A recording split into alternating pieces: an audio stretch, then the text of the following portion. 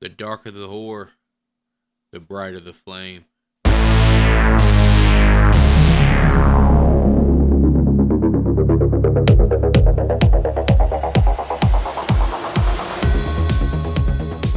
This is the Horrible Film School. Take a seat and slowly rip open your trapper keepers. I'm Chris and I'm here with Professor Hootie. I say, Mandy, you're a fine girl. What's up, What boys? a good wife you would be. Is that the same song? Oh, yeah. Oh, yeah. Oh, yeah. Thank you, Guardians of the yeah. Galaxy, too. And we're also joined by one vicious snowflake. Professor Nasty, my brother, Joey. Dude, today has been a fucking shitstorm. The rain and winds of Hurricane Francine have made their way to the beautiful countryside of Rockingham County, North Carolina. And it has made my day a shit show. I was literally crawling through a creek like a fucking salamander, trying to get my internet back before we had to record. Fuck you, Spectrum, except for the guy who came out and fixed my shit in a timely fashion. Thank you, but the rest of you can eat a fucking dick.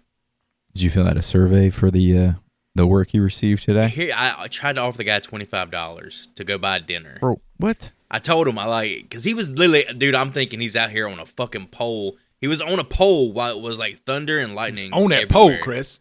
He was on that pole. But yeah, I fucking offered him like $25 for that. I told him, hey, you know, just go buy you some dinner or some shit. He turned it down, man. I guess, you know, Stand-up props guy, to him. Should have just slid it like in his crack when his Dude, you know, if his somebody crack come had to to the be hanging pawn out at shop and some offer point. me fucking $25, hell yeah, motherfucking shit. Got him. I'll take Sounds that. like this was more of a man of morals than yourself. Morals? She's always out there trying to grease cable guy's palms. I like it. I'm trying to show him how thankful I was that he was out here in this torrential fucking downpour wearing galoshes. I ain't never seen a grown man wear galoshes. He was wearing galoshes like he was in fucking It Chapter Like 1. Georgie. But yeah, it's been a wild day, and I'm very thankful that all this stuff's taken care of. Speaking of the internet and phone lines and all that good stuff, I got a pretty interesting little tidbit found on the internet for you boys here. Something you might want to put into use. I don't know what kind of mood you're going to be in, but Art the Clown is sending a penny to anyone who calls the Terrifier 3 hotline number. Who do I fucking talk to? Like, he don't talk. Do I hear him just cutting a bitch up or what? Call the number, you'll get a penny in your Venmo. They've been selling you every time you order at Domino's, Chris. They sell your fucking information to countless places across the globe. How do you think Little Caesars gets away with $5 fucking pizzas? A full-fledged size pizza. Because they were cooked 2 months ago. What do you mean, how do they get away with it? I would destroy a Little Caesars pizza. I fucking love them. Oh, hey. Really? That's fine. Dude, I have a Little Caesars pizza in like 15 years, no shit. Do you remember when Mom would come back with like 2 of them? Give you one, give me one, and we'd be done with it. It'd be a race. Who can get it done first? We'd be sitting there Whoever fighting. finished first, We'd be the other sitting there guy had fighting to over the clean his ranch. face with a napkin. Chris, squirt mine with ranch, Chris. Hurt him squirt it. No, I'm using a wrench, bro. Moving on. Today's assignment is 2018's Mandy. Today's lesson. This is a bold one, boys. The darker the whore, the brighter the flame. Motherfuck! That's my quote. That's such a good fucking. That's That's a good one, Such isn't a good fucking quote, man. It's so It's simple. pretty brutal to say it out loud. Yeah, it's so but, simple yet so like powerful in the context of the movie. Very happy I chose this one. It was a blind spot. And pretty cool. We got to cover a Nick Cage horror movie because we should be seeing a few of these in the future. He's actually been on a little horror tear recently.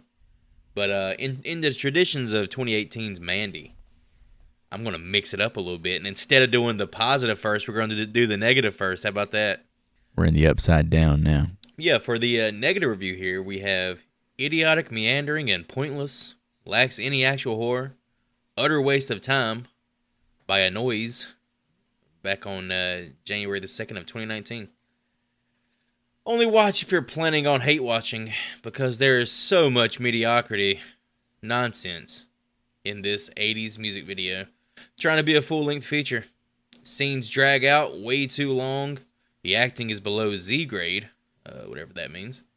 The splatter is nowhere near gory enough and no cleverness in the deaths. Just so stupid.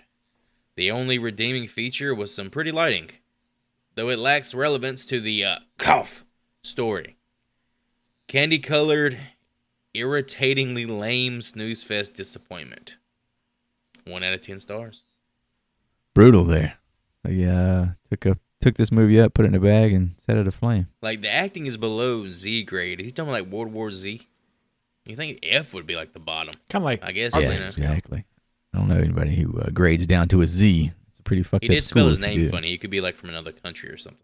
But yeah, I think this person's opinion, just to give them some acknowledgement of how they felt about it, this movie is not for every person in the world. So I can understand being a contrarian. In contrast, we got a positive review here by Ben Michael 6333. Back on December 12th, 2018. Made me love films again. In a sea of idiotic superhero films and bland by number adult offerings like Widows and A Star is Born, comes this bit of pure cinema. Sound, visuals, visionary direction. This is what cinema can be. Challenging, exciting, weird, and very, very entertaining. Oh, and I adored Nick Cage for doing this. Way to go, bro. We don't need any more bland middle-aged dude action films. We need this kind of action. Cinema is at its dullest ever. This is one way to shake it up. And it's real cinema. You can't watch this on your iPad. You gotta be with people in the dark, and it has to be on a big screen. This makes TV look small. And most films look like the same brain-dead exercises they are. Viva Mandy. So in reading this review, I actually went and I looked up the amount of superhero movies that came out in 2018. That was a big year, man. That was Endgame, wasn't it? It was Infinity War, so yeah. Infinity War, that's a It huge was like a one. year before, I guess. Yeah. So you had Deadpool 2, you had Infinity War, Venom, Superman Into the Spider-Verse, Black Panther, Aquaman, Incredibles 2. I guess that counts. That's Spider-Man Into the Spider-Verse, not Superman. Whatever, man. Go Who ahead. gives a shit? That's a great film. But to that person's point, that is a lot of superhero movies, and I probably missed one or two. But yeah, that you can see kind of how the whole Marvel DC thing kind of ran its course at that point. But again, I do like the point he made about the middle-age action man movie, because we get so many of those, dude. Like Nick Cage himself has probably been guilty of, 3 of those every year for the past 10 years. I don't need to see you with like the Tom Cruise hairstyle from Mission Impossible 2. Was that movie Bangkok Dangerous? Whatever it was. Nobody needs that shit. Give me something weird.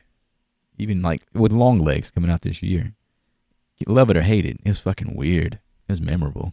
Give me some more of that. Oh, his performance in Long Legs was great. I still yet to see it. You shitting me? I thought we talked about this. I'm going to force you to watch it like a month ago. Well, where's the forcefulness at, sir? It's on VOD, We're sir. going to have to go ahead and If you just call Art, hold on. How many times does he need to call Art? How many pennies does he need to I collect so he think can he's buy a fucking copy scared. of Long I think Legs? he's scared to death if he sees that penny hit He's his Venmo terrified. account. He's terrified. I got a busy schedule, but I am a little terrified to call Art. I don't know.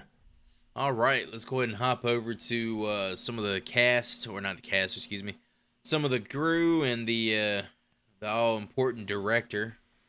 This time around, we're going to be talking about Panos Cosmatos.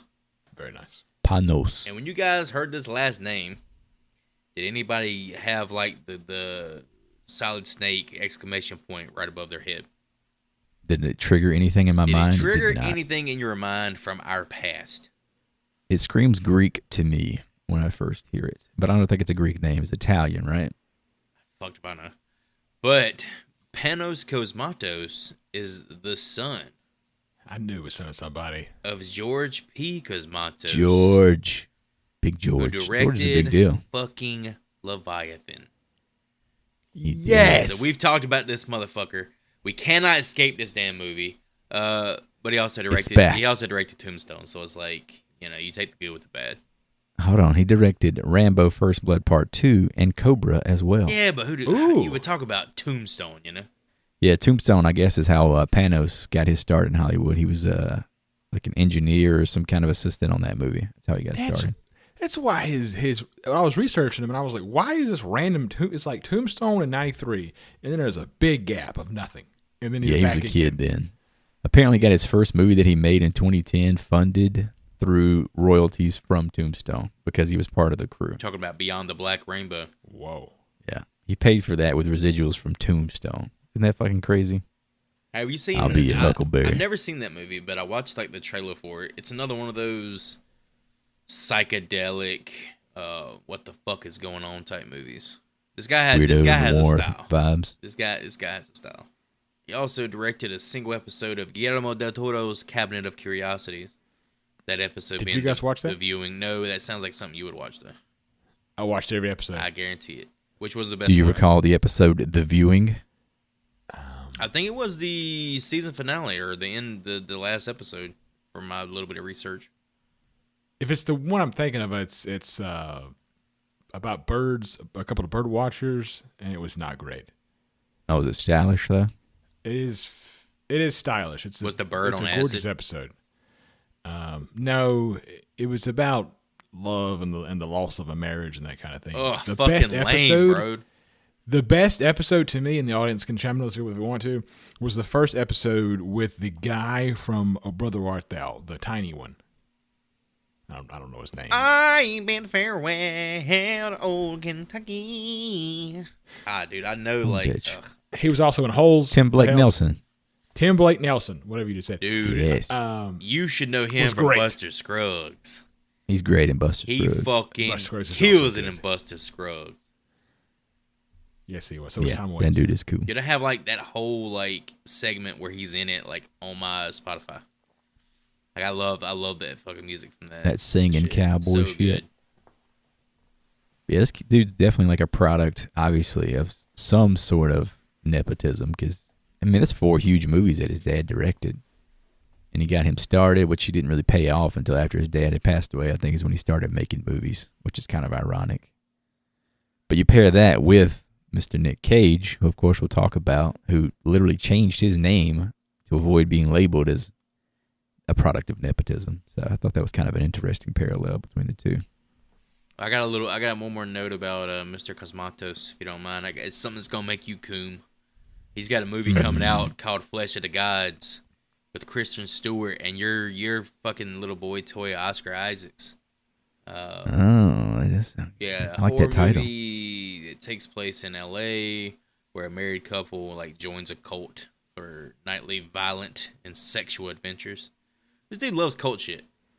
You know, that pagan stuff, man. He's all about it. Like I said, I always assumed he was Greek just from the last name because I'm an American and probably a bit of an idiot. But yeah, you definitely get like that pagan vibe from what he seems to want to investigate in his films. I feel like growing up in Hollywood, you're around a lot of cults. Oh shit! Here goes the conspiracies. So, well, I mean, I don't know if it's really a conspiracy when there's multiple instances of cults in L.A. that were pretty prominent. And I'm sure he knows a lot of Scientologists. But yeah, he wrote this too with a partner, Aaron Stewart On, who I couldn't really find any information about. Fucking nobody. The Stewart On guy apparently wrote The Witcher Blood Origin. I figured one of you two would know Fucking about that. gross, bro. Oh, is that Netflix? That's the fucking Moving on. That's the prequel. Spinoff. Was it a prequel? Yeah, it was a prequel. Blood Origin. It ain't as good as Blood Wings. Nah, nothing beats some blood wings. Wanted to talk a little bit about Casper Kelly. Casper Kelly being the writer of the Cheddar Goblin commercial from the movie. That is a bizarre artifact of this movie. I thought it was so fucking good, but he's It is cool, but it is fucking weird. So good. I think it just grounds you back into reality. Like you just went through this crazy ordeal. Then you come inside, and it's like, I mean, life is still going on. You know, the fucking Cheddar Goblin's still out here feeding the youngins. Yeah, it's like an Adult Swim cartoon on the TV. Pretty Like, much. the worst day of your exactly, life, but Casper Kelly commerce still goes He's on. an Adult Swim director and creator. oh, is that what that? Yeah, he's so that's a separate director for that commercial, and that's it. yeah, he's one of the co-creators, and he directed like 23 episodes of Your Pretty Face is Going to Hell. Yeah, I Which can definitely is, see that now. A big Henry Zabowski. Zabrowski? Zabrowski. Big fans of that guy. Love their podcast. But yeah, he created and wrote that show along with Dave Willis, the guy who created and wrote fucking Aqua Teen, Squidbillies, shit like that. Well, that's pretty cool. The whole Cheddar Goblin thing it's so small in the movie, but it does have like its own little cult following. Yeah, I remember when we were talking about watching this movie, you referenced like, oh yeah, I know of the Cheddar Goblin, and I'm just thinking back like, the hell is he talking about Cheddar Goblin? I was like, is that the name of one of like the bikers or something? It seems so out of place, right? Like you're just talking about it before really diving into the movie. Yeah, because I watched this in 2018 the one time, and like obviously that's not like what you're taking out of this movie unless you're looking for it. I think it's such a strange thing, but it's given a decent amount of screen time to just be like a blurb, you know. I got a few shout outs here. Of course, the cinematography. I think it's probably one of the main characters of the movie itself, Mr. Benjamin Loeb. Just fantastic work there. Camera work is awesome in this shit. Also, I feel like we got to talk about the music by Mr. Johan Johannesson. He passed away. They dedicated the movie to him. He's known for a lot of big movie scores. He did a lot of Denis Villeneuve's movies. Prisoners, Sicario, and Arrival. 3 big ones he did there. He didn't live long enough to do Dune. I think Hans Zimmer owns those. And also produced by Elijah Wood. He's a pretty big name in the horror community as far as getting things made. So, tip of the cap, Mr. Frodo. Have you guys ever seen Maniac? I think that's one of his horror movies. I've heard of it. He's in it too, right? Yeah. And he produced it as well. I'm not one to normally pick out a score, but this film had a really good score. Yeah, the music's it meshed great. so well with like the actual like overall feel of the visuals. Movie. Yeah. And to go back to that negative review, I think the person called it out as being a music video from the 80s. Like that's even more of an attribute to the music to make it feels like a music video, which I don't think that's a negative. Oh no, I think that's exactly what they were going for. They were going for those Betty Davis eyes. Oh, you got them Betty Davis eyes. It's all Mia Goth in my head now. Oof. Goodness gracious. I'm going to take a break. So yeah, a couple interesting factoids here. I'm going to go ahead and give out the first one because I think it's the coolest interesting factoid. The weapon forged by Red later on in the movie, it was inspired by the metal band Celtic Frost's logo. Have you guys seen this logo? I have not. I did see that note, but I didn't actually look up it's like the band's symbol. Is that what it is? It's like the L or the T or some shit. It's just shaped all fucking crazy. I just thought it was like a letter F. It's like somebody had a stroke or something while they're fucking writing the name. But yeah, it looks so sick, man. It looks so sick. Is the band good? Did you listen to their music? Fuck no. That's the real question. What? I ain't got all that damn time. I got shit I gotta do. Lazy as hell. I ain't have no fucking internet. How the fuck am I gonna listen to it?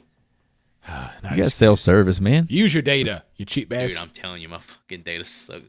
I'm out in the middle of the fucking woods, man. My data sucks. Way down in a hole. I gotta climb on the roof just to get a bar. I had 2 snippets here that I was able to scrounge up.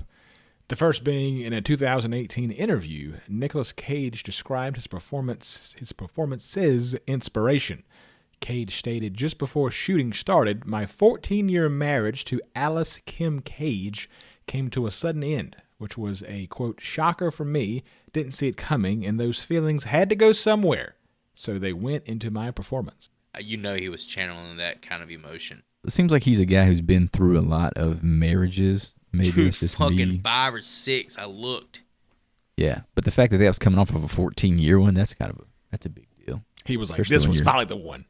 Yeah, exactly. When you're like this far into your career and your life, do you really want to be restarting right now? You know, fucking living with this guy has to be. It has to be draining. Got to be some really cool nights and some really depressing mornings. You would be there like you laid up in bed reading a book and all you hear is just screaming from the fucking shower because he's doing a scene or something. He's trying to rehearse, damn it, in the shower. Rock and roll, baby. Hail Satan. I'm a vampire. Have any of you seen fucking Vampire's Kiss? I have not Check seen that one. out. It's like it's a horror comedy, so maybe we can cover it one day. That is the director's favorite Nick Cage movie. Oh shit! I did see that. Nice pull there. My last note here is the number 44 on Red's shirt may have multiple meanings. It could be a reference to Mark Twain's unfinished novel, The Mysterious Stranger, where a supernatural character called Number 44 appears and uses his powers to expose the futility of mankind's existence. Or it could be New York Yankees Reggie Jackson, who is famous for hitting 3 straight home runs in 1977. Or it could be serial killer David Richard Berkowitz, who was also known as the Son of Sam, and the 44 caliber killer. Or, it could just be a number. I got a few notes here. The director, Mr. Cosmatos, said he made Mandy to process the grief over losing his parents. So kind of like, again, mirroring the whole Nick Cage experience here. There's a lot of similar emotions going into this. Join a fucking cult? Was that I don't know, dude. I don't know if they happened at the same time or if this was... this is only his second feature film, so I think it had been 8 years since the last one. It's a long time for shit to go down. I didn't say it at the top, though. I'm shocked that he hasn't made more movies since Mandy. He's been pretty quiet. Yeah, I looked over his filmography, and outside of that TV or Netflix episode, he hasn't done anything else, but he has 2, I think, now in post-production. The one Joey referenced, then there's another one on the books, too. So I appreciate him taking his time with it, though. Do it. If you're going to do it right. I mean, if you're going to remake Leviathan, let's remake Leviathan right. Oh, shit. Let's get the budget just right. Could you imagine the imagery underwater? Oh, it's going to be great. I just threw up out of my asshole here and there. Everything's going to be blue in that one. This also thought was pretty cool. In order to get Red's scream just right, Nick Cage worked with a screaming coach named David Sellers. Apparently this guy has a workshop on YouTube. He'll teach you how to scream, too. He'll do it on YouTube for free? Yeah, I mean, Nick Cage got ripped off. Thing on here. He's like known as the screaming coach that John guy. Denver's full of shit, man. Rocky Mountain should be rockier than this. I don't know why the fucking made me think of that. Dumb and Dumber is infinitely quotable. But title character Mandy, of course, is actually a nod to Stanley Kubrick's final film, Eyes Wide Shut. The escort that saves Tom Cruise's life. Her name is Mandy. And I guess to wrap up the interesting factoids here, I think we may have rushed on it earlier, but the movie is dedicated to the memory of Johann Johansson, who passed away in 2018 of heart failure in Berlin, Germany. Solid work, sir. I got one more bit to throw in here before we get away from the actual making of the movie. Thought this was pretty cool, pretty telling of what Mr. Cosmatos was after here.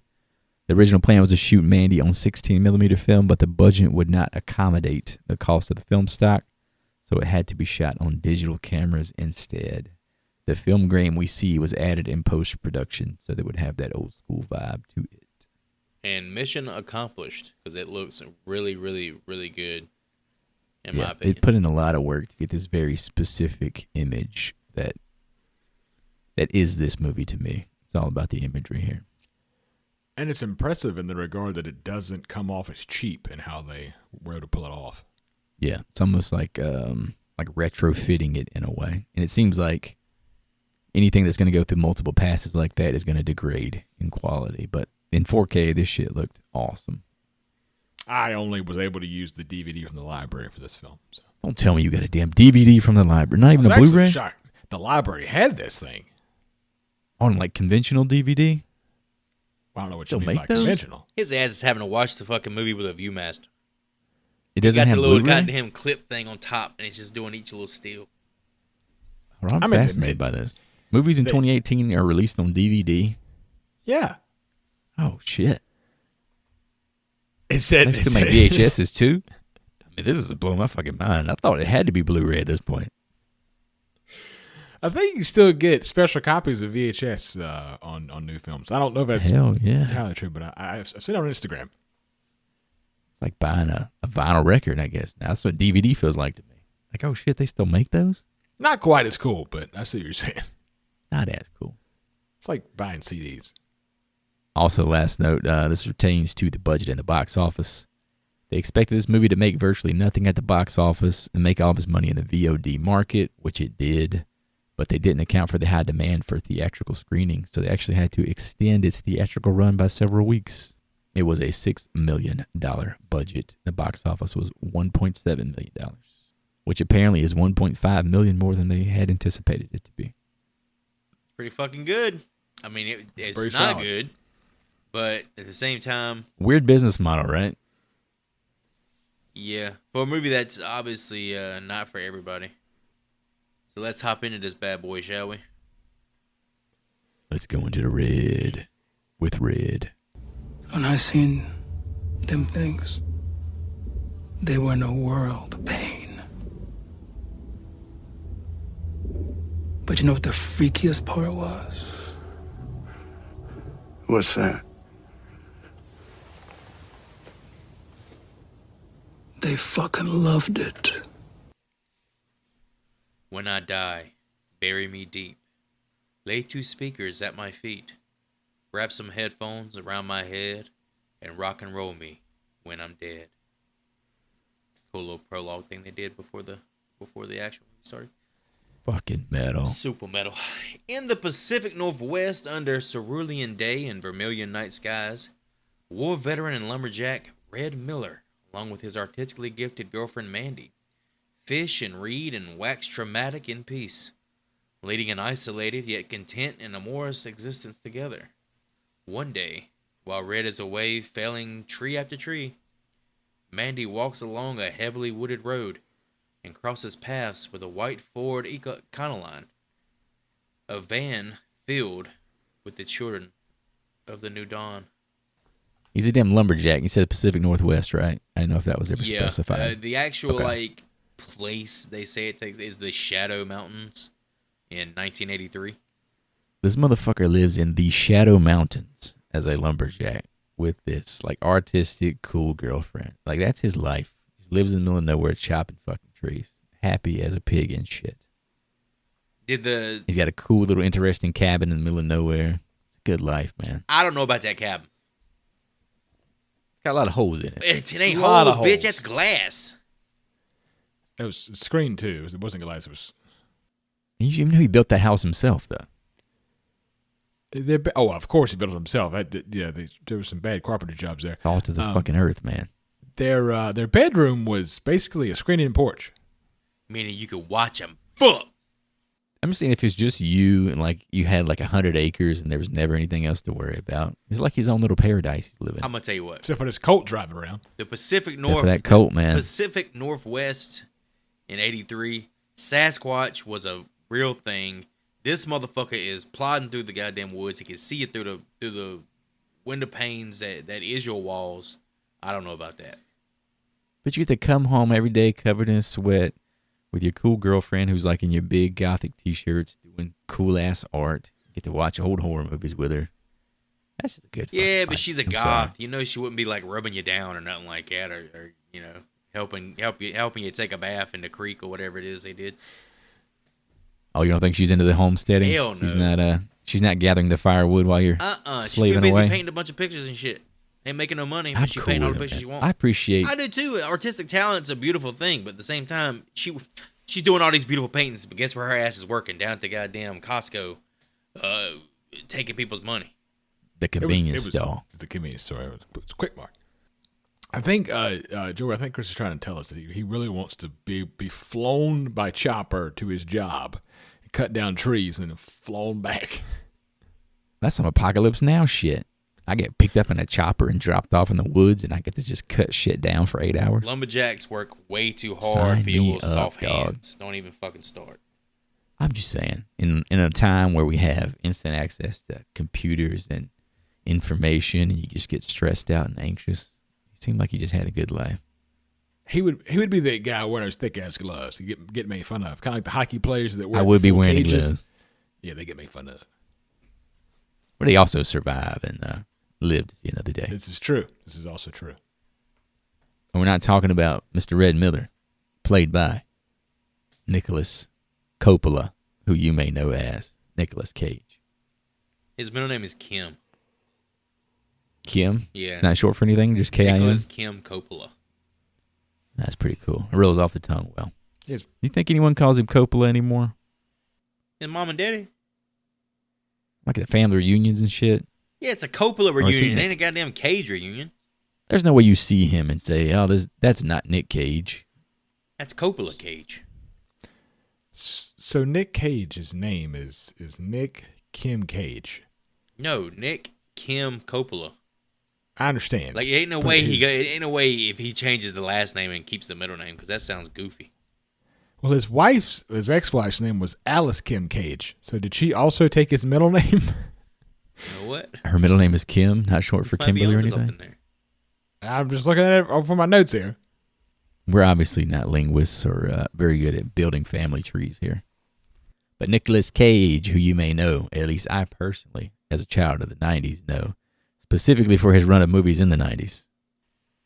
1995, he wins himself an Oscar for a movie I have never seen called Leaving Las Vegas. Then after that, he goes on a run, which is very fundamental to my 10-year-old brain.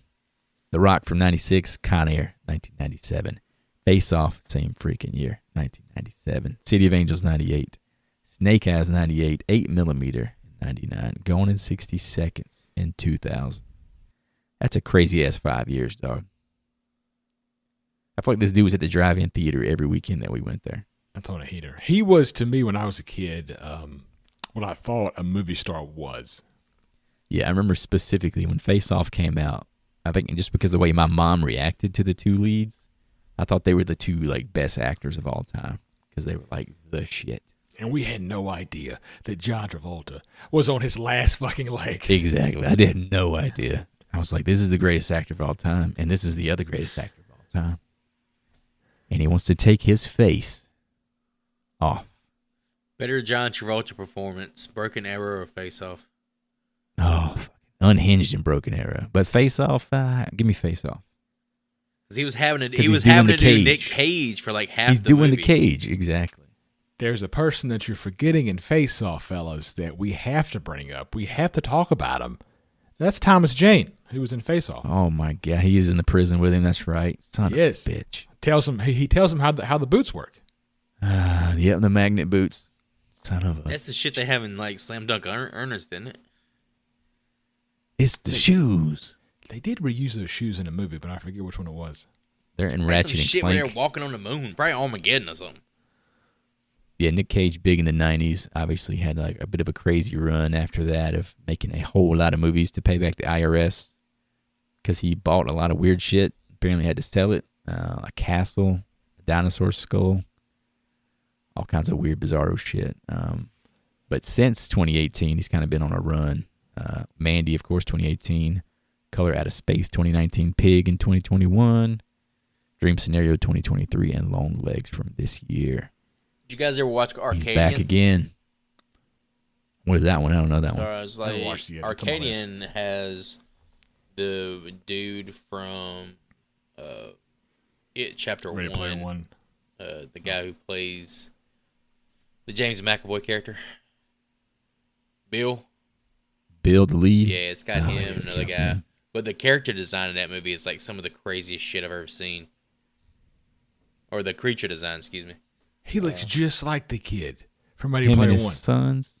Yeah, he does look him. Yeah. Damn. Is it him with his two sons in a cabin or something? Is that the setup? Yep. I think I did see that trailer, but I never heard another thing about it. It's nothing special. And Cage is in the movie for 30 minutes. But I'm telling you, the creature designs is fucking nuts. It's some the craziest creature designs I've ever seen. A future Nicolas Cage film. He will be playing John Madden in an upcoming film about the creation of the video game after the legendary coach retires from the NFL. That's fucking nuts. That is. Does he look like John Madden? I don't think so, but I hope it was like a bodysuit or something. I have no idea. See, they would have to resurrect John Candy to play fucking John Madden. It's the only way to really pull that shit off. No, you could get John Goodman to get fat again, and then he could do a good John Madden. Well, I don't think John wants to do that. I love John Goodman. Anything he wants to do, I'm for it. Stay healthy, though. Of all the guys to pick to play John Madden, I didn't have Nicolas Cage on that list. Yeah, Nick Cage, obviously known for being a wild man. Fantastic work here as Red. Another cool-ass name for a red-ass movie. What about old Mandy Bloom? Andy Bloom. Do you guys know anything about Miss Andrea Riseborough? Apparently, she's like hot shit now as an actress. Yeah, she's blown up a lot in the past 5 or 6 years. Possessor, I know I've probably begged you two to watch that. I don't know if either one of you ever did, but she's the lead character in that from 2020. Not watching that. I ain't brother got Tasya. It's football season, brother. I ain't watching no movies. Maybe you should start telling us not to watch things. You were definitely gonna hate Possessor from 2020, directed by Brandon Cronenberg. That sounds pretty good. I'll check that out. But yeah, she had a bit of controversy. She got an Oscar nom last year as Best Actress, and apparently there was a lot of like people, like voters, getting swayed by some kind of like Instagram social media campaign. Is the only reason she got on the ballot. Apparently, like what's the deal? Like was it not a good literally that's all I know. Or? I didn't really care enough to follow up on it. I just know it was like a big Well, controversy. damn, that's why I'm saying she's hot shit, 'cause she's got that Academy Award nom. But apparently, yeah, they changed some rules about how you can campaign to be one of the nominees now. Thanks to, they won't attribute it to her, but supposedly that's the rumor. That's where it came from. Wow. I don't know if the movie was forgettable or what caused it to happen, but isn't that always been how award shows work, where your publicist sends... Yeah, like the studio puts money into getting you promoted to sell their movie. Seems like bullshit.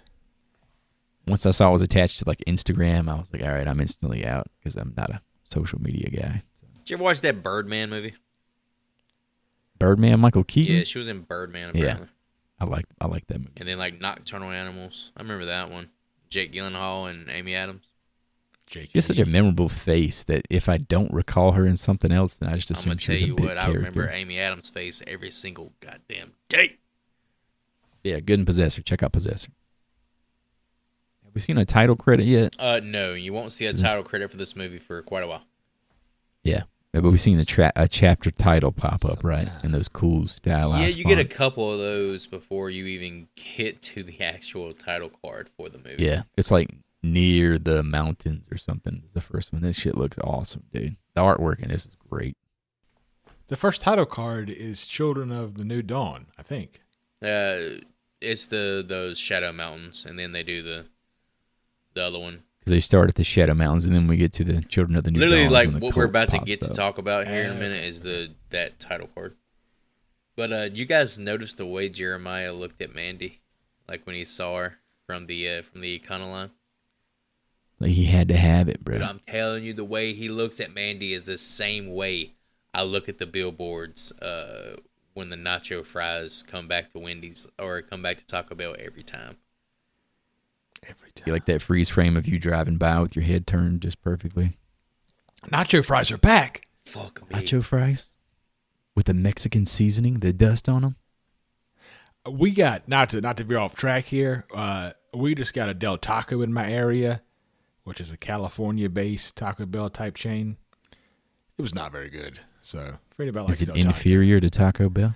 In my opinion, yes. But I've eaten Taco Bell for 33 years. So shots fired. Dude, I had Taco Bell for the first time in like 5 months the other day.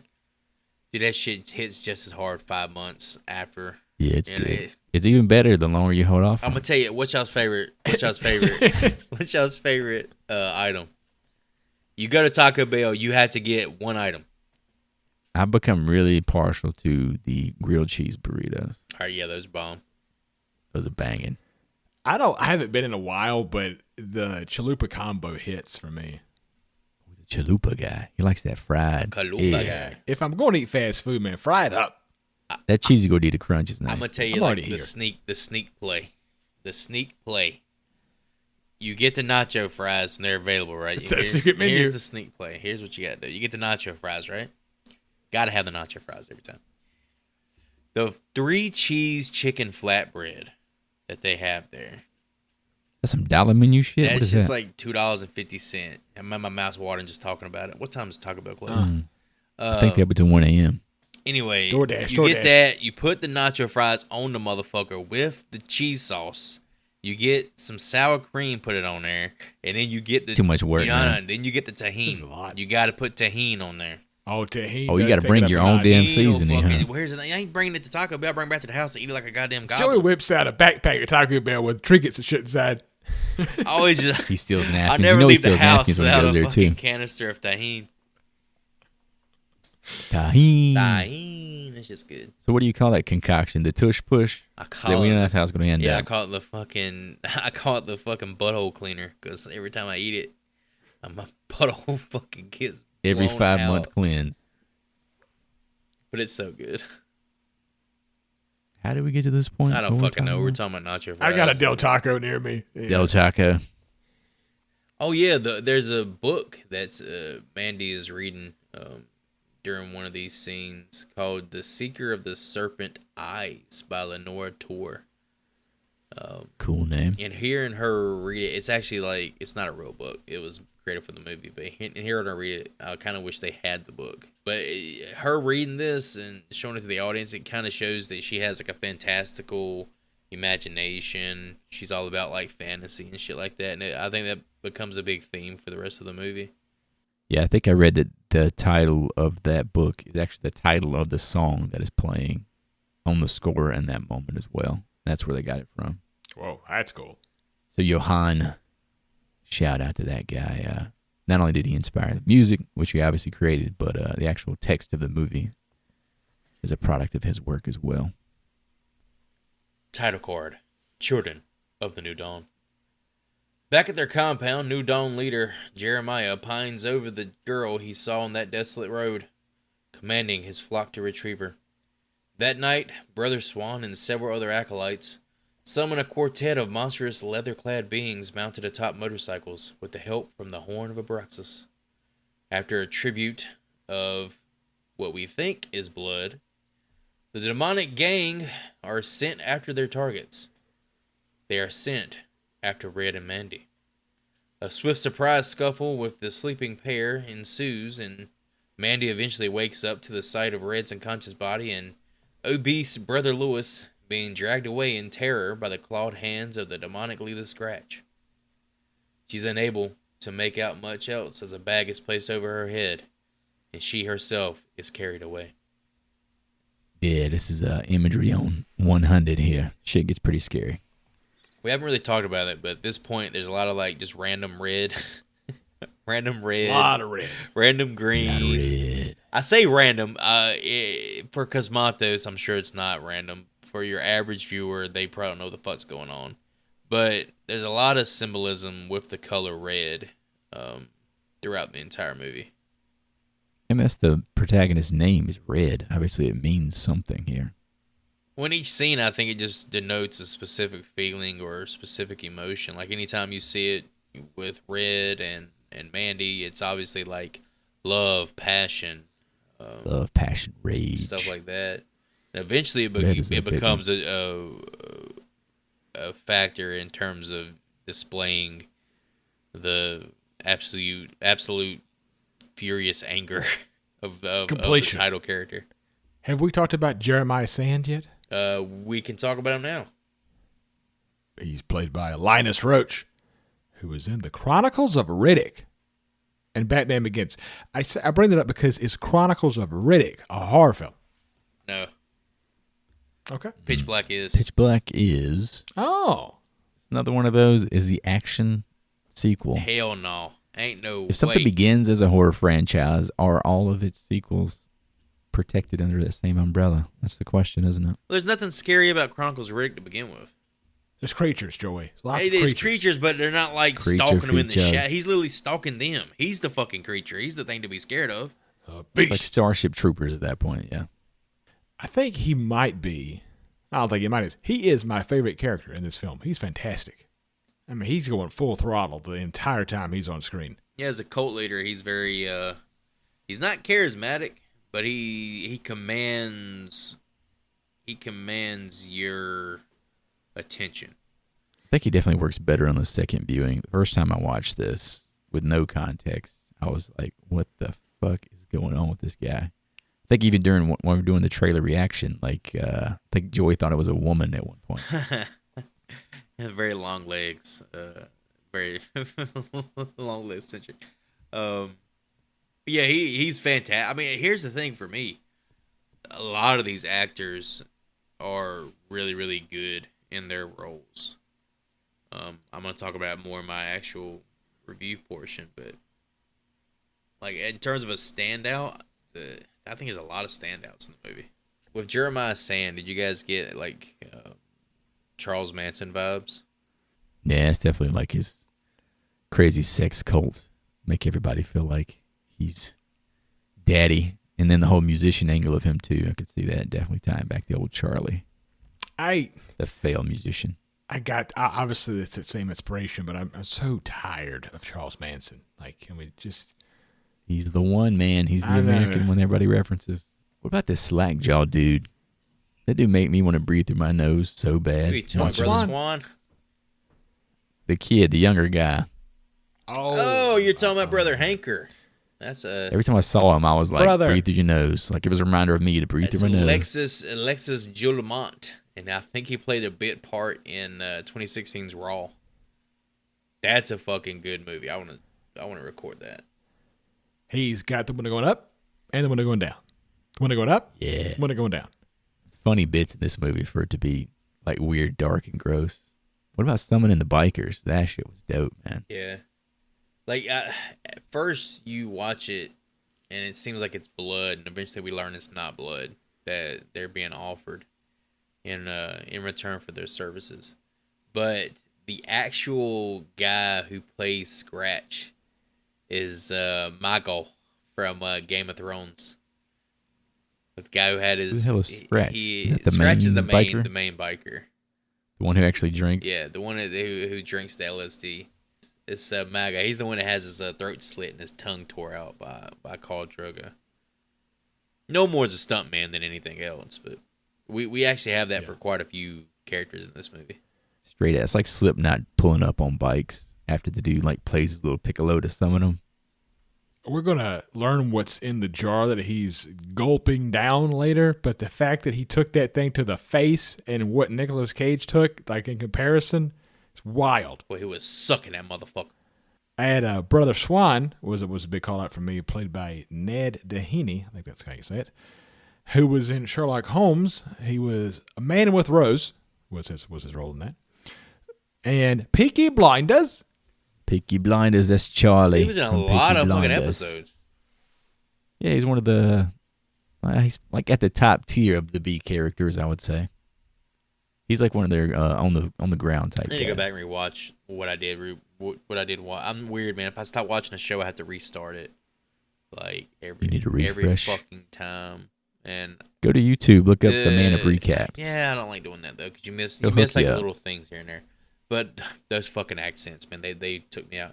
But what I got him from is Reign of Fire. If you guys remember that shit with Matthew McConaughey. Oh, Christian Bale, the dragons. Fighting dragons, dude. That shit was so cool.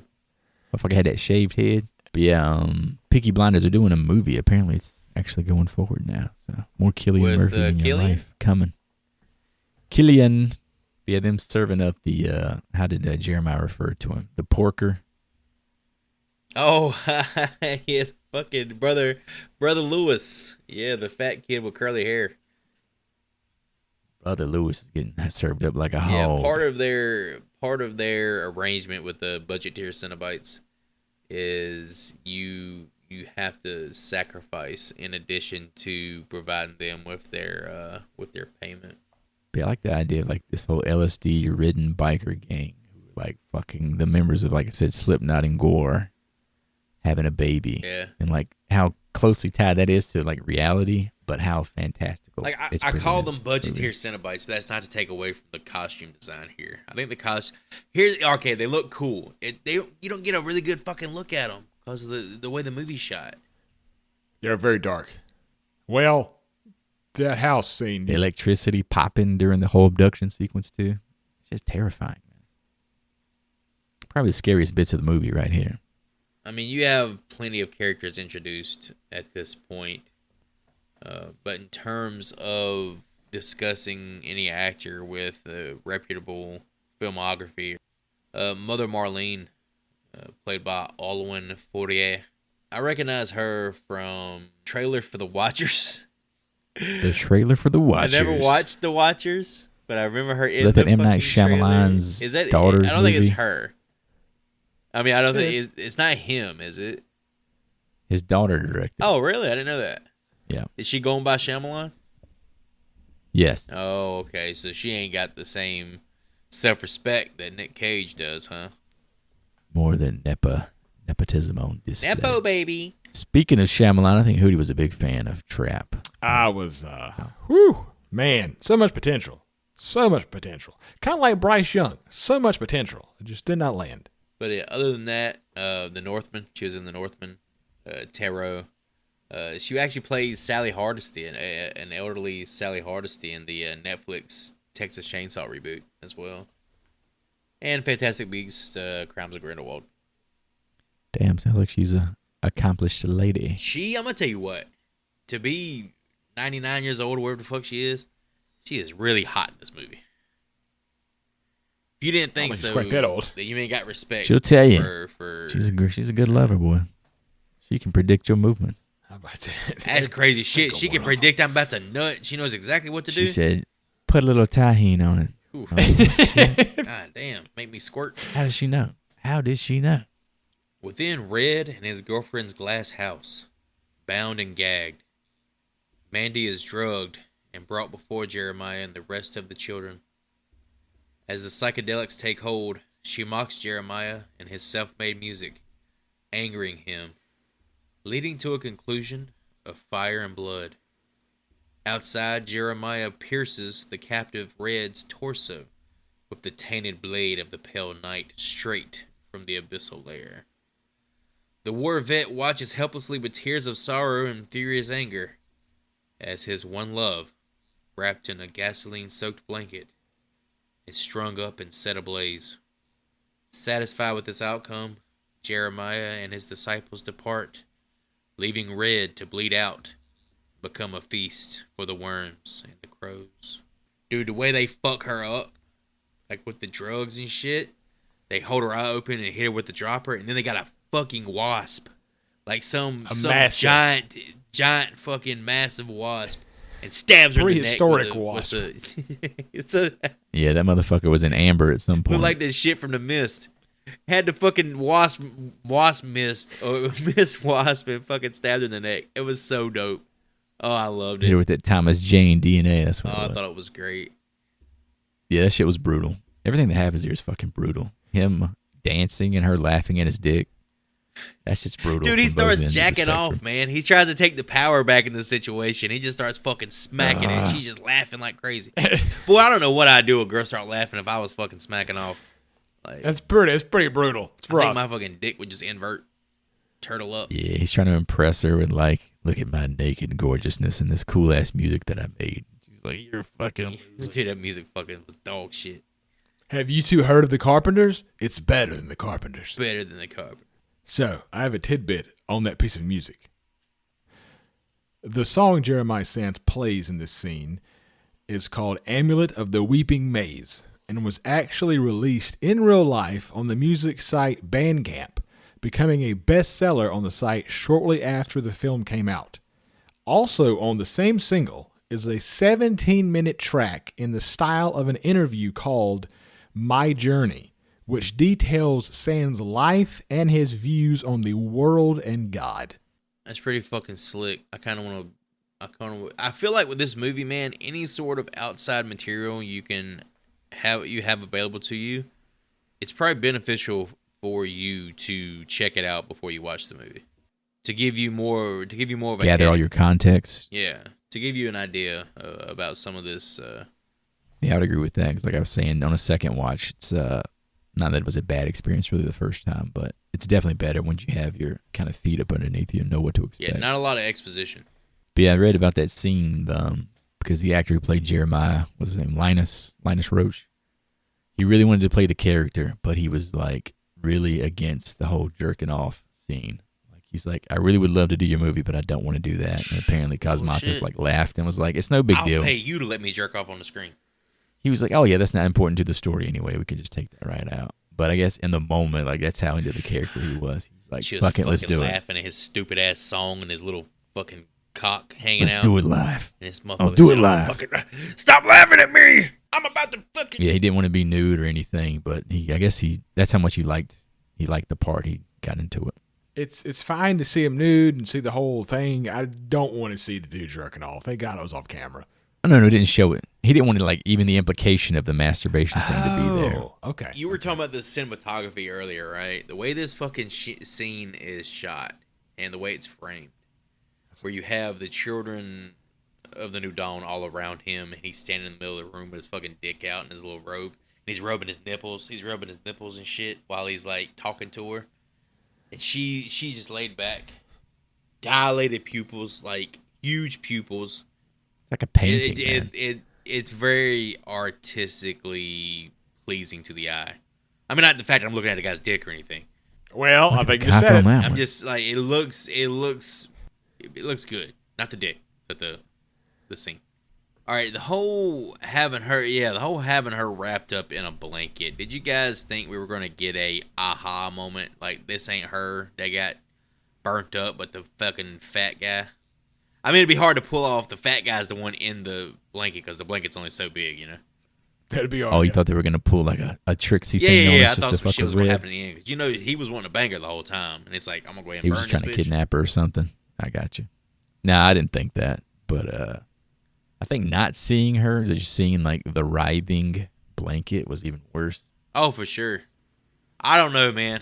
If I was going to see a loved one burnt up, seeing him wrapped in a blanket would probably be more desirable. I'll tie that back for you.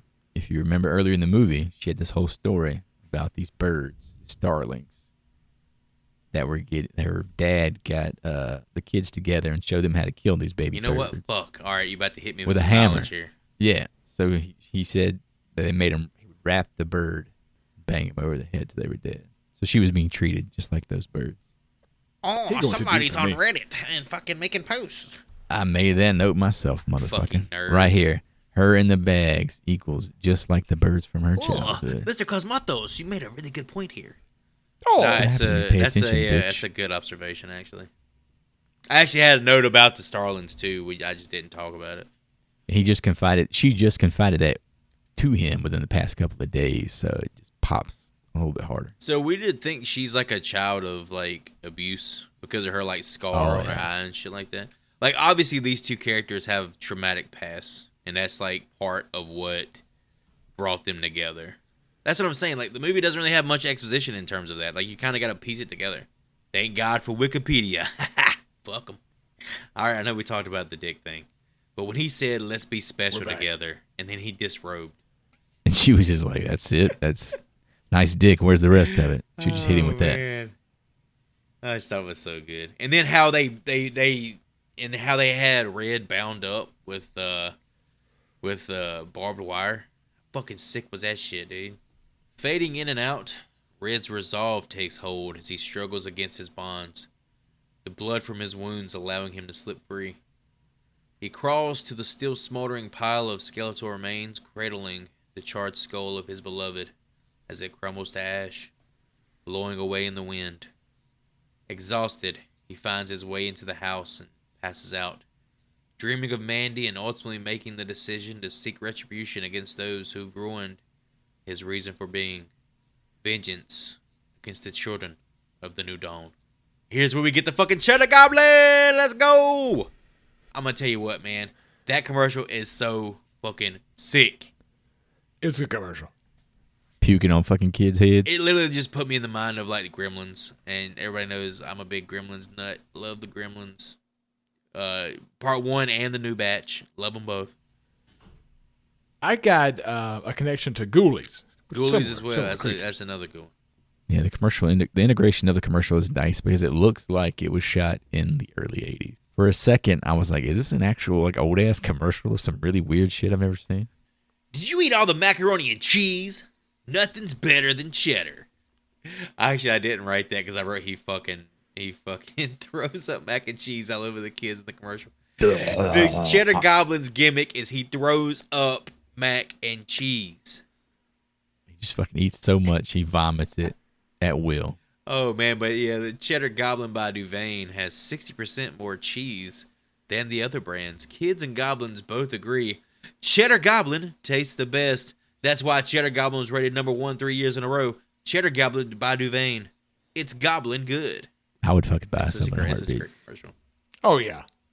Give me them blues. Nothing's better than cheddar. We also get the famous bathroom scene because I've read a lot of people's takes on the movie and they really enjoy this bathroom scene, which is one long breakdown. take. You know, Yeah. one continuous take, but it's shown earlier in the movie that he's a recovering alcoholic. Like he's, they finish with a long day at work, and the guy's like, no, I don't drink, blah, blah, blah. He literally goes, after this happens and he wakes up, he goes straight for the hidden bottle of vodka that he's got in the bathroom and just takes swig after swig after swig and disinfecting his wounds and shit in between swigs. And he just sits on the toilet and starts to scream and cry, and then his cries become like shouts of anger. I think it's fantastic. This is like the Nick Cage of it all, Yeah, this is like literally the tipping point of, okay, now you're about to see Nick Cage being Nick Cage. Up until this point, it's been reserved. The character's been reserved. Now you're about to see what this character is capable of when pushed to the limit and then over the fucking cliff. And apparently when Cosmatos first approached Nick Cage about being in the movie, he wanted him to play Jeremiah. But Cage was obviously more drawn to the role of Red. But Cosmatos had envisioned Red as a younger man, could not picture Cage in the role. They met for a second time thanks to producer Elijah Wood. And Cosmatos could see that Cage got the character and allowed him to play it. It's kind of interesting thought experiment to think of like a 20-something-year-old version of Red in this situation. I don't think it works as well. I would say contraire. I think it might work better. With a younger Red? Yeah. And Nick Cage as Jeremiah? There's certain... Well, I mean, Nick Cage as Jeremiah would be fantastic. Yeah. He would go off the fucking rails. Linus is pretty fucking great, though. Yeah. He is. I just... God, can you imagine I think a Nick younger Cage's actor cock? could be more... There you go. You get that, apparently. Yeah. Just back to that. Yeah, I bet you he wouldn't have had any trepidations about fucking stroking in front of everybody. Not for a second. God, imagine him making the noises that he makes in all his other movies. Oh, while he's fucking doing it. I mean, I'm a product of like 80s steroids films, so just like a more jacked up protagonist would be badass. Oh, you wanted like an action And hero. Arnold Schwarzenegger, I'm going to fucking stroke in front of you. You're going to watch me stroke. I think you'd be better with like a Timothy Chalamet type. God, imagine that little skinny. needle dick. A little skinny. he was No, not not- as Red, Oh. you idiot. That is Jeremiah. Yeah, That'd be awesome if the Jeremiah character was Oh, like shit. 16. Paying a visit to an old acquaintance, Red is filled in by Carruthers on the details of those he now hunts and the evil forces that they employ, the demonic biker gang known as the Black Skulls. Now with the true heading, Red arms himself with a crossbow, the Reaper, and forges his ultimate tool of reckoning, a freshly forged axe appropriately dubbed the Beast. Ambushing a straggler of the gang down at Spirit River, he dispatches his first victim, Scabs, with his Chevrolet Blazer, destroying it and knocking himself unconscious in the process. This fucking axe It is fucking dope. is... I guess the movie's not so popular. However, I would say this axe is kind of iconic. It's definitely like you could build a movie around this fucking thing. Yeah, it's by like a mythical type weapon, you know. It just seems Yeah. like something that you would pull out of a fucking skeleton of a giant troll, and then it comes to life, and you got to battle it. Some like old Scottish castle or some It was shit. dope. Yeah. And Red just knows where the nearest blacksmith shop is with iron ore to be able to produce an axe. No. All right, I'm gonna counter you with that. He's like a do-it-yourselfer type guy. Oh, Yeah. I saw his house. I Yeah, understand. he's a do-it-yourselfer type. I guarantee you he has a forge. Guaranteed. Like He's making pottery. here's the thing: the weapon isn't really elegant by any means. It's pretty crude. Like in This is true. terms of how Yeah. it's made and how it's formed and how it looks, but in its crudeness, there is an elegance. Now we have met Carruthers, Yes. Bill Duke. Bill Duke. played by Who Billy left Duke. Bill Duke. Can I go in on his go his for it. filmography here? Yep. As long as He's you in cover the fact that he's a director. Oh, I got it. Yes. He was in Predator, Commando, Exit Wounds, X-Men, The Last Stand, Axe and Jackson, 2 step moves in a row, we referenced that film, and Menace to Society. But maybe above all else, the man directed a film that I'm sure all 3 of us hold dear to And our he also hearts. acted in this movie. And he also acted. And that would be Sister Act 2, Back in the Habit. You're fucking kidding me, bro. This dude directed Sister Act 2. This dude directed Sister Act 2. Yes. God Fucking damn it. I wish I Carruthers. looked up the rap for this fucking shit. I remember when they was doing a rap battle with the white guy? Yes, I do. Dude, he was going Oh, in. getting down with G.O.D. I remember all that. Down with shit. G.O.D. Yeah. Well, Lauryn hello Hill there, was in miss. that Let me movie. kick an introduction. Lauryn Hill had a run. There is one other tidbit here. I don't remember the man's name, but I'm more than happy to shout out what he does. There is a guy on TikTok who takes the closing segment of Predator and syncs it up to 80 sitcom songs, and it works every single time. It's hilarious. He does the exposition bit about the bikers. It kind of gives them even more like lore. Kind of grounds them a little bit in reality. This is where we too, learn though. about the whole LSD creates Psycho motherfucker. sadomasochists. Crazy evil. Yeah, and so I think he actually explores this in the Black Rainbow movie as well, of how being exposed to like psychedelics and stuff allows you to interact with different planes of existence, or maybe even like demonic forces and shit like that. Because these guys, they're not just tripping on acid. They're literally like, their forms change. They have like superhuman strength or superhuman endurance or whatever. They got some of that black tar. Oh, but yeah, like we was talking about earlier too with the title card. An hour and 15 minutes into the movie at this point, we finally get the title card. And it's so fucking dope, man. It looks like a metal t-shirt. He talks about the arrows. He goes, how sharp are they? Cut like a fat kid through cake. Shit, I've become pretty good. This old school, like retro ass vehicle wrecks it fucking immediately. Immediately. Got That's the, like your got first the fucking red kill. look. It's got the red racing stripes. It goes fast. Makes it go faster with the red racing stripes. Finally waking up, the lumberjack finds himself handcuffed to a radiator and nailed to the floor. His captor, the female demon biker known as Sis, proceeds to torture Red until he breaks free, bashing her head repeatedly until she tumbles into a nearby black, cavernous pit. Tearing the nail from his hand, Red arms himself with a box cutter and an armored biker vest and begins to traverse the horrors of his current whereabouts. Before long, he comes face to face with Fuck Pig, who attempts to impale the veteran with his cock blade, but ultimately finds his place on the business end of Red's box cutter. I can't say Fuck Pig if Pig and like no. Drenching him in the crimson blood of the masochist and ending his drug-crazed life. Before he can savor his conquest, a shot rings out as Sis reemerges, shotgun in hand. The two grapple, with the battle climaxing in the broken neck of the villainous. Preparing for the final confrontation with the gang, Red rips a huge snort of coke, as well as a taste of the super LSD, and reunites with his trusty axe and crossbow. Outside, he engages the final remaining member of the Black Skulls, their leader Scratch, felling him with both fire and steel. This is a huge battle sequence. Outside? Huge. Well, the outside, inside, upside All down, sides, they live in baby. La Vida Loca, you know what I mean? Knife dick. That dude had a knife cop. He Knife did. dick, yeah. He tried to fuck him with it. He saw the Where the hell are you getting the names of all these characters? Oh, Wikipedia.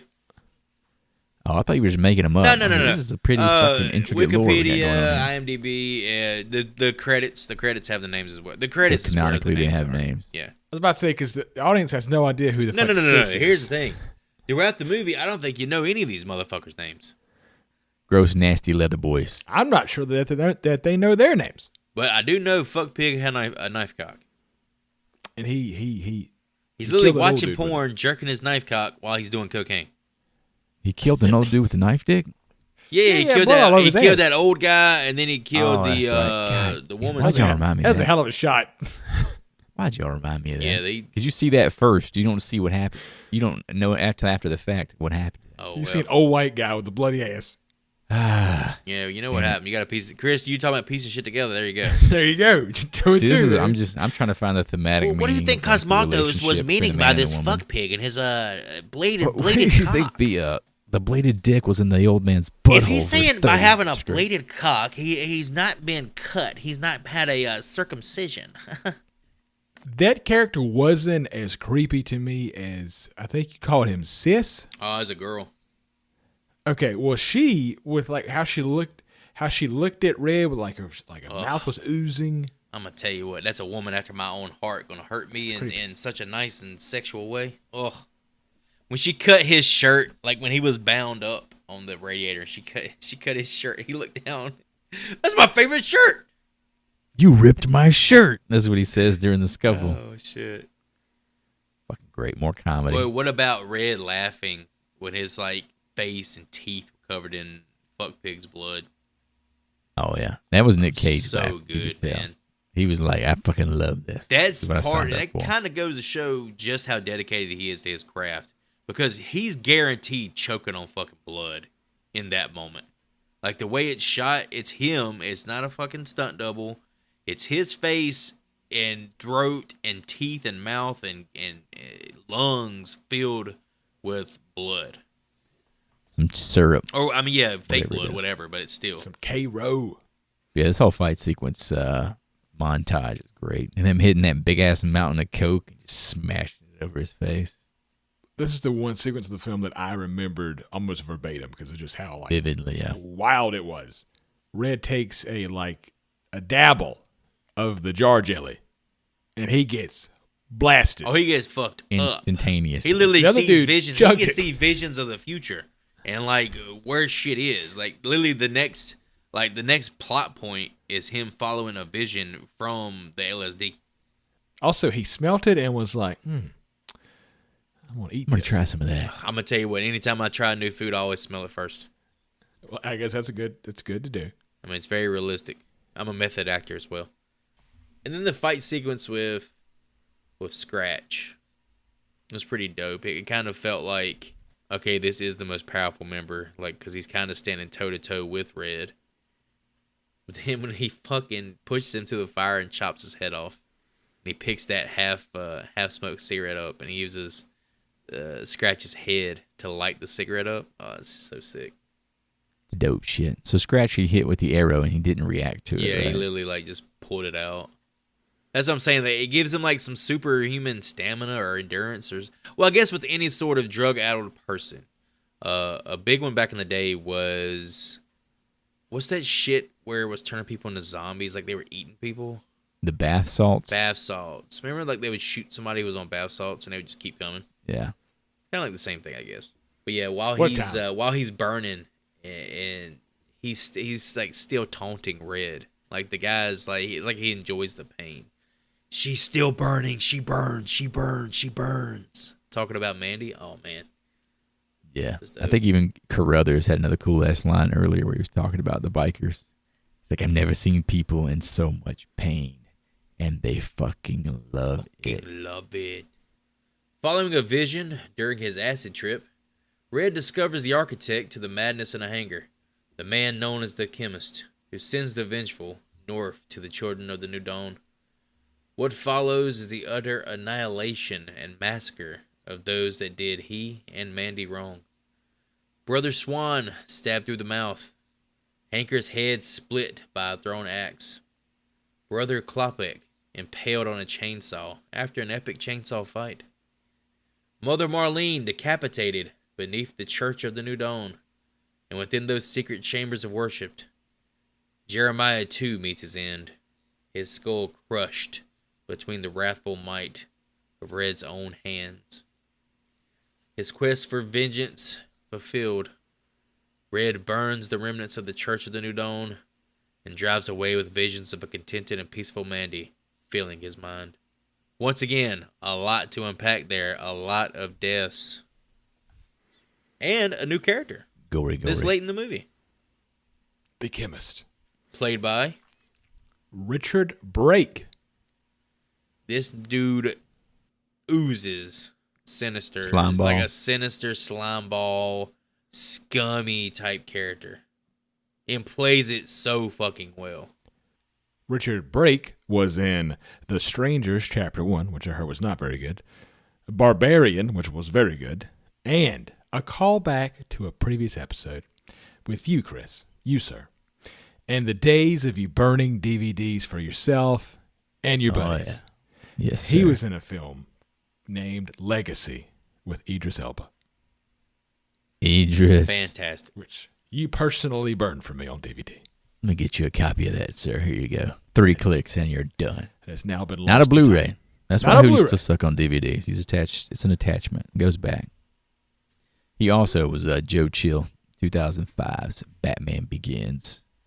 So he shared screen credit with with Jeremiah before. So Dude, for me, the coolest little tidbit about Richard Brake is that he attended / I don't know if he graduated, but he attended Duke.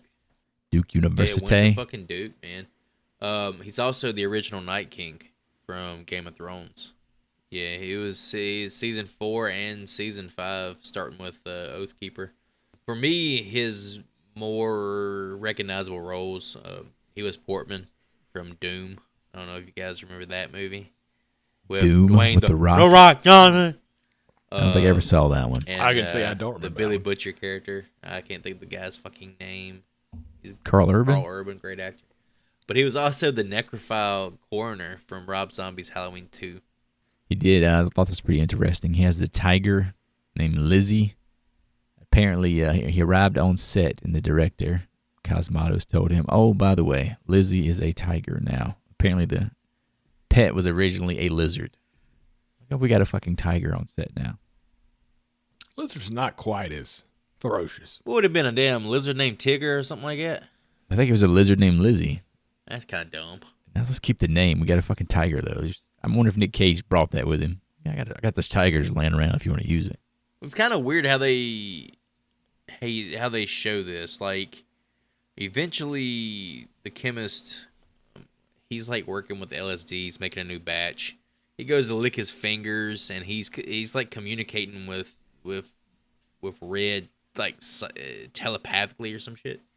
He releases the tiger Lizzie, and Lizzie gets out and everything. And there's this weird moment where she's snarling, howling, whatever, growling at the fucking moon or some shit. And from then, Red like goes ape shit in terms of going up there and getting his final vengeance and slaughtering. It's almost like Lizzie's his spirit animal or something.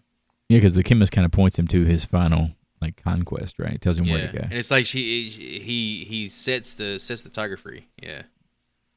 I could see that mirroring his journey as well.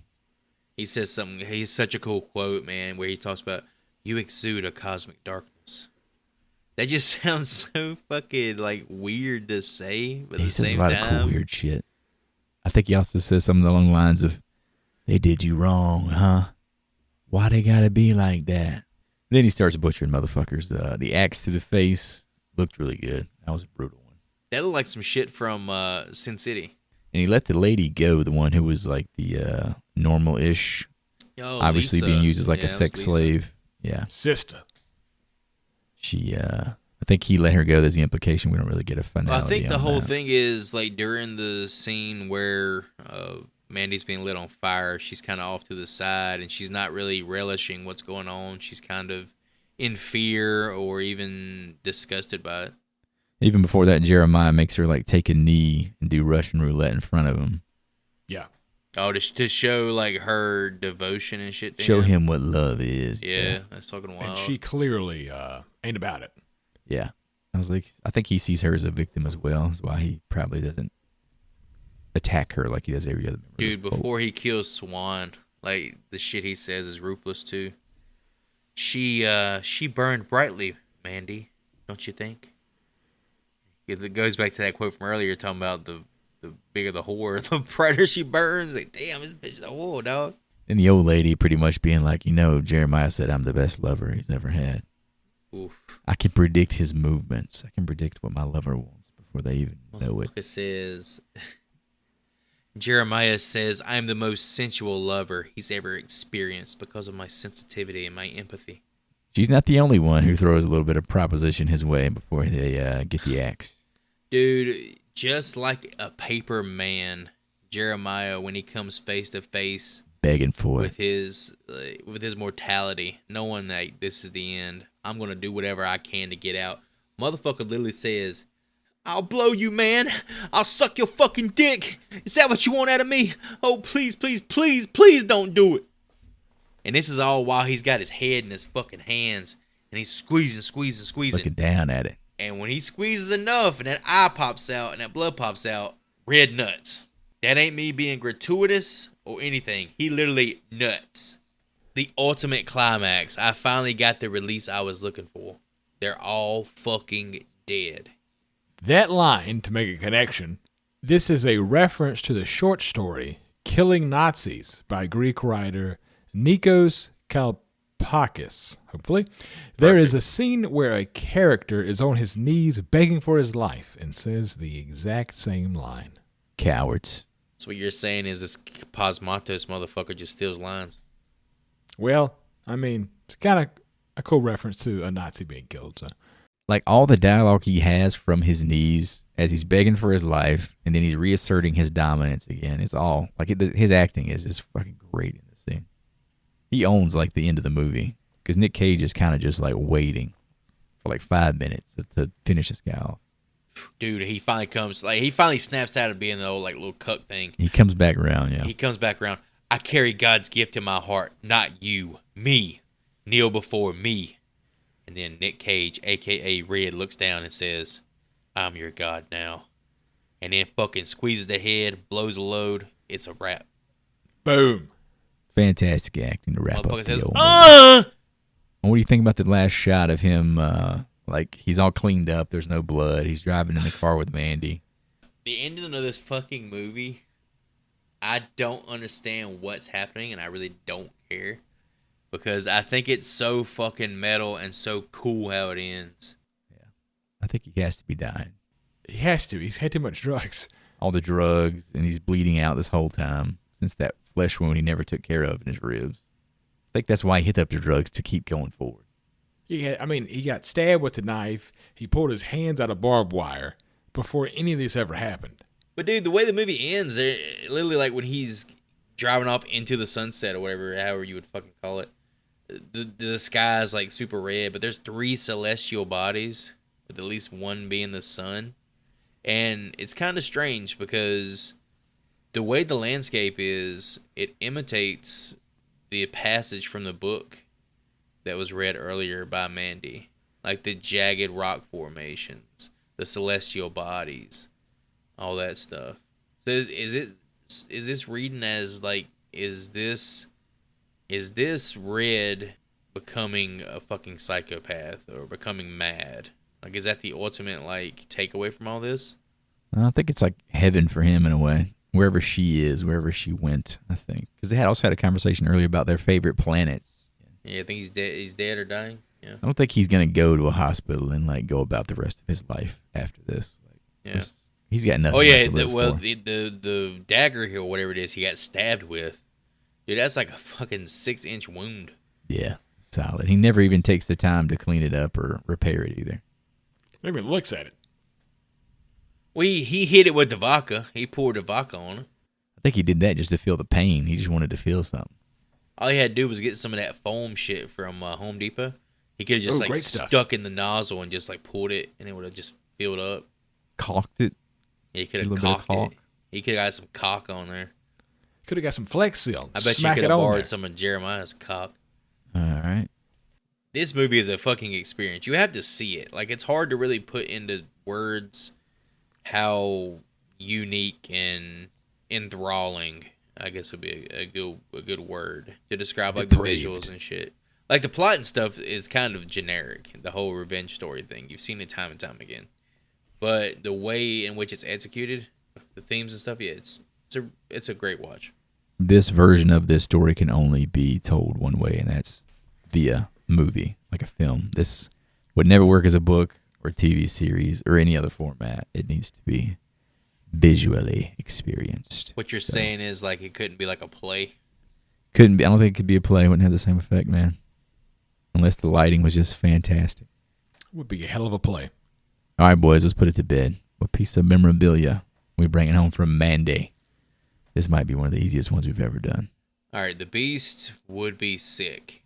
All right, the Beast, that's the axe that everybody. How are you going to turn down the fucking axe, man? Well, no, the Beast would be sick. But you know what would be even better? An endless supply of mac and cheese, that's right. Give me that cheddar goblin, baby! Just throw that delicious dairy pasta right in my mouth, little buddy. I want the fucking cheddar goblin. I am actually going to take the exact same item, the cheddar goblin mac and cheese. I love some Kraft Blues mac and cheese, so I want to try the cheddar goblin. You want the actual damn box? I want the goblin. I want the food. Oh, you want the goblin to be baby birding you mac and cheese around the clock. Hell yeah. So, watching the film, I thought that maybe the commercial was just like Red tripping out in his own mind, but you see boxes of the cheddar goblin mac and cheese behind Red in Carruthers' trailer. So it's a real product. A fan. Hell yeah. Yeah, dude, this is like their version of Kraft. Well, good on you, boys. This is too fucking obvious. It's that axe, baby. It's the coolest fucking looking thing in the movie. It was the most memorable thing in the trailer. It's just badass. Give me that axe, babe, all day. I should have took the jar of LSD. Damn. Yeah, you can make a profit off of that, Walter White style. All right, fellow professors, get out your grade books. It is time to pass down judgment. Mandy was a wild ride when I first watched it, and damn, does that moniker still hold true today. The film is an acid trip with how Cosmatos plays with the focus and the filters of the camera within almost every scene.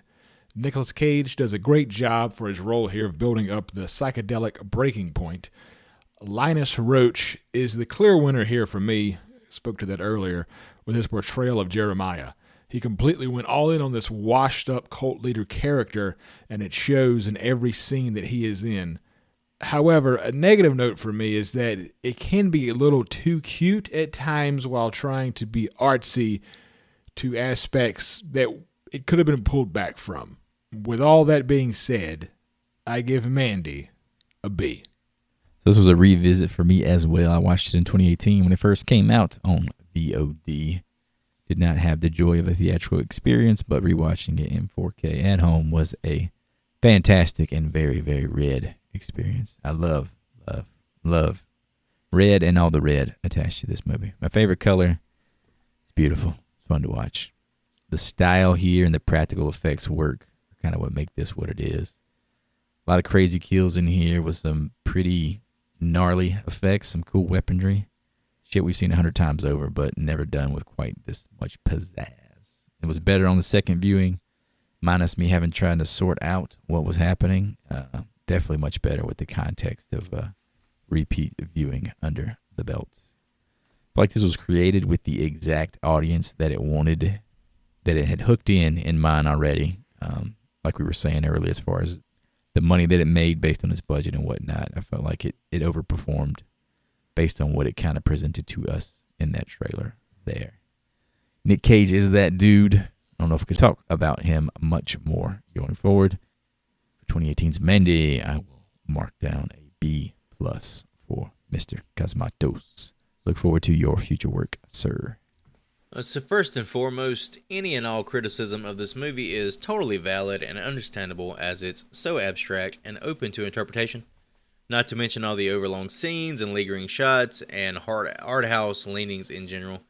If you ain't a fan of slow burns, you'll be turning 2018's Mandy off within the first 30 to 45 minutes. However, for those of us that enjoy the build-up, the slow and steady journey, man, does this movie pay off tenfold in the end. It's an 80s acid trip that blossoms into a heavy metal music video, and I loved it. You know how we are here at horrible film school. You know how we feel about practical effects, and we have some great ones here and plenty of them. The synthwave score meshes beautifully with the high grain filter that really makes it feel period appropriate. The visuals, this movie is beyond gorgeous. It's striking, the use of vibrant colors, the artistic cinematography, and once again, the way it blends with the music just creates a unique and memorable experience for modern audiences. As far as the story goes, what we have here is a prime example of shots over plots, stunning and creative visuals with a not so stunning and creative plot. Nick Cage was Nick Caging it throughout the movie, but that's not a bad thing in this movie as it feels authentic to the character and his arc. There's not a single performance in Mandy that I've found fault in. Even the role is performed by predominantly stunt women / stunt men as opposed to traditional actors. This, ladies and gentlemen, is the type of movie we need to see more of and less copy-paste horror remakes, sequels, prequels, all that stuff. 2018's Mandy grades out with a strong B. All right, moving on. We're going to talk about some audience score guesses from Rotten Tomatoes. If you're new to the show, we have a little game we call the Mater Meter. Not quite trademarked, but we're almost there. Where we take a guess at the audience score on Rotten Tomatoes, which I think they have just rebranded this to like the Hotometer or some shit now. Because you have certified fresh on the critic side. It's certified hot on the popcorn side. Maybe it's the popcorn meter, something like that. Anyway, so taking a guess at the audience score on Rotten Tomatoes within 5 points, we get to choose our next film. Otherwise, we get a random assignment. Joy chose the movie, so he is abstaining from the guess there. I guess this would be at a 60%. Hootie said 72. Actual audience score is a 67. Right in the friggin' middle. Favoring Mr. Hootie. Barely in his little 5-point range there. That's what we're talking about, buddy. boys. Congratulations. Golf clap for you. I had a short list of films that because we're coming up on the holiday season. We're going to be eating candy and again a few LBs, which is all fine. But with that being said, I want to go back to 1987 for a jacked up, muscle-ridden film in The Predator. Oh, shit. I thought you was going to say the first Sister Act. The Predator. You one ugly motherfucker. So we're going sci-fi horror. Dutch, you son of a bitch. I think this is our first sci-fi first horror second film. We're going to pull up the trailer on YouTube and watch it. If you want to follow our reactions and watch it along, hop on our YouTube. We will host it there. Otherwise, we will see you here in a few short moments.